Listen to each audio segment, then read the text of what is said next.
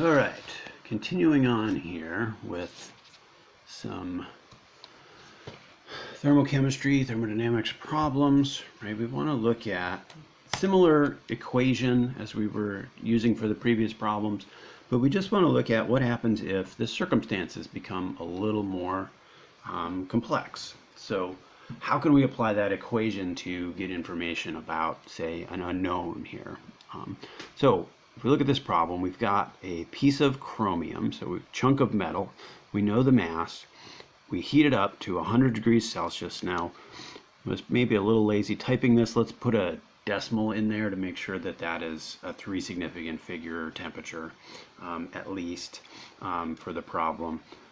So that we don't lose all of our information when we go to subtract. In fact, let's make that consistent with the other temperatures in there and make it 100.0 degrees Celsius with the decimal place of the other temperature.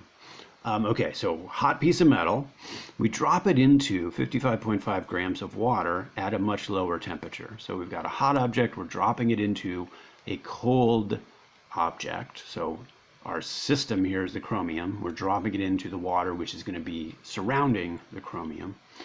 And we let the heat transfer, right? So heat is going to move from a hot object to a cold object. The final temperature of the metal and the water is 18.9 degrees C. Okay, that should give us information to figure out temperature changes. What we want to figure out here is what is the specific heat capacity of the chromium. Now, not stated specifically in the problem, but something we've already talked about. The specific heat capacity of water is 4.184 joules per gram degree C. Right? That is, water is a great heat sink, so you can store a lot of heat in water. It's pretty easy to use experimentally. It's not really hazardous. So this is pretty common, that you use water to absorb the heat, and then you kind of work back to figure out how much heat is transferred.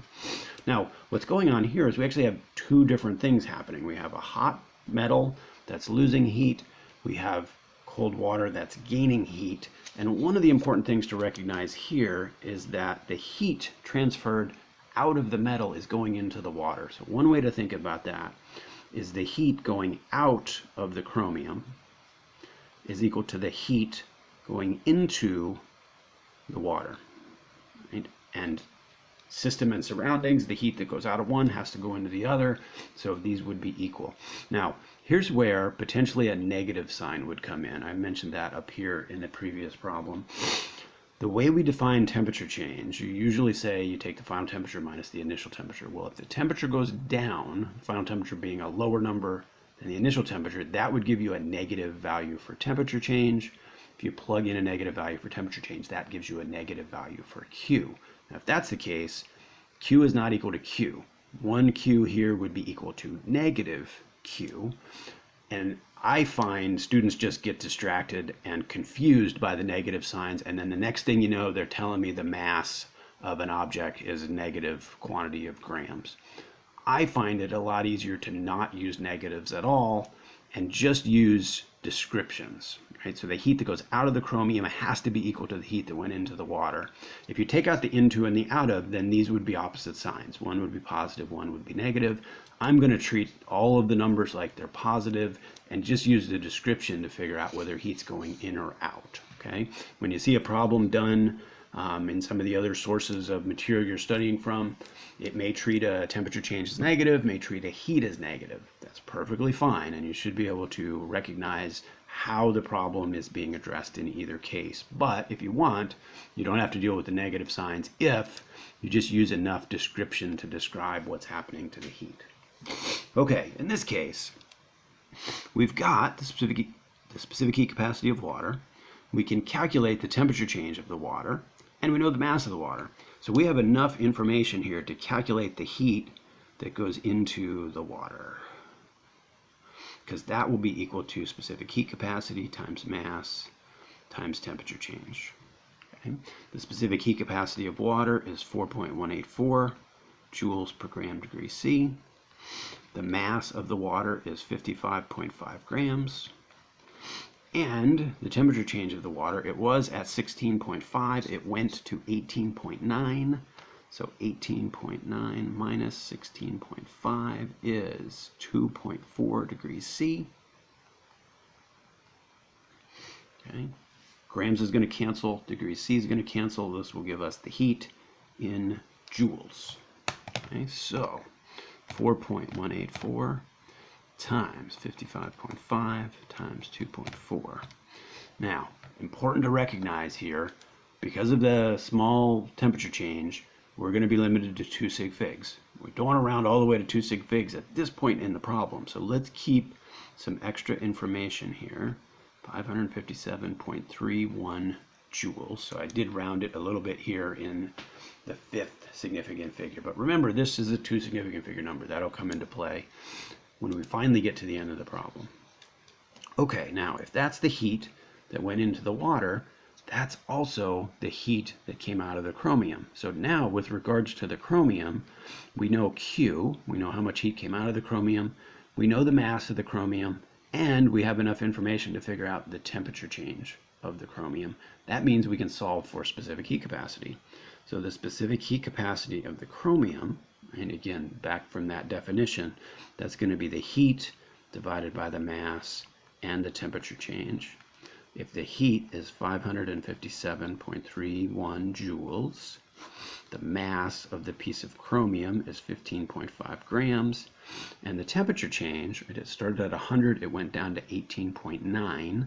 The difference there, 100.0 minus 18.9, would be 81.1 degrees C. Now, what I did here is I flipped them around. I took the larger temperature, subtracted the smaller. If you do 18.9 minus 100, you'd get negative 81.1, and you might do that if you're thinking of your Q's as negative. I'm not going to use the negatives, so just 81.1 degrees C is my temperature change, right? And that's because I'm using the out here instead of just calling it Q where it should be negative. Okay, 557.31 divided by 15.5 and then divided by 81.1. Again, watch your fractions there and make sure you handle punching it in correctly. Now, here's where we should worry about the fact that we were limited to 2 sig figs. We only can report 2 significant figures here because this heat would only be 2 significant figures. So this would be 0.44 joules per gram degree C. That is my final answer for the problem. That's the specific heat capacity of the chromium according to this data. Okay, let's move on a little more time. And we move to the top of the next page. Okay, so we've addressed a little bit here, heat going in and out of materials. We need to recognize, of course, that heat can also be associated with changes of state or changing from one phase to another. I'm sure everyone is familiar with taking an ice cube and putting it into a drink to cool it down, right? Part of that could be because the ice is cold, but certainly a lot of that is because the ice melts. So when the ice melts, that requires heat. That heat is being absorbed from the surroundings or the liquid that you put the ice cube into. So heat is pulled from the liquid, making the liquid colder. Okay. Now we're going to look primarily at the two major phase changes. You could certainly look at sublimation like we saw in the lab with the naphthalene subliming, going from a solid directly to a gas. That would have an energy associated with it. But if we look here, we've got one quantity here called the heat of fusion. So fusion would describe a liquid becoming a solid or fusing. This is 333 joules per gram. So this is whenever we go from solid to liquid or from liquid to solid, that's how much energy is required. So if we're going from solid to liquid, that's how much energy we'd have to remove from the solid at whatever the freezing point of that solid is to turn it into, wait, I think I said that backwards. If we're going from solid to liquid, we're adding this much heat, right? So if we have the solid, say it's ice, it's at 0 degrees C, we need to add that much heat per gram of the solid to convert it from a solid into a liquid. If we're going from a liquid to a solid, that would require removing heat. So if we get our liquid down to its freezing point, so 0 degrees C for water, we would have to remove 333 joules per every gram of the liquid in order to convert it into the solid. So one thing to notice here, there's no temperature change. It's just quantity in grams and the amount of heat required, because during a phase change there's no temperature change. The ice stays at zero. Once it gets to 0 degrees C, it's going to stay there until it melts. Any heat absorbed is going to go into melting. We've got a similar quantity here called heat of vaporization. This would be for the transition from a liquid to a gas, or from a gas back to a liquid, right, which would normally be called condensation. We need to add heat to change a liquid to a gas, so you get water to its boiling point.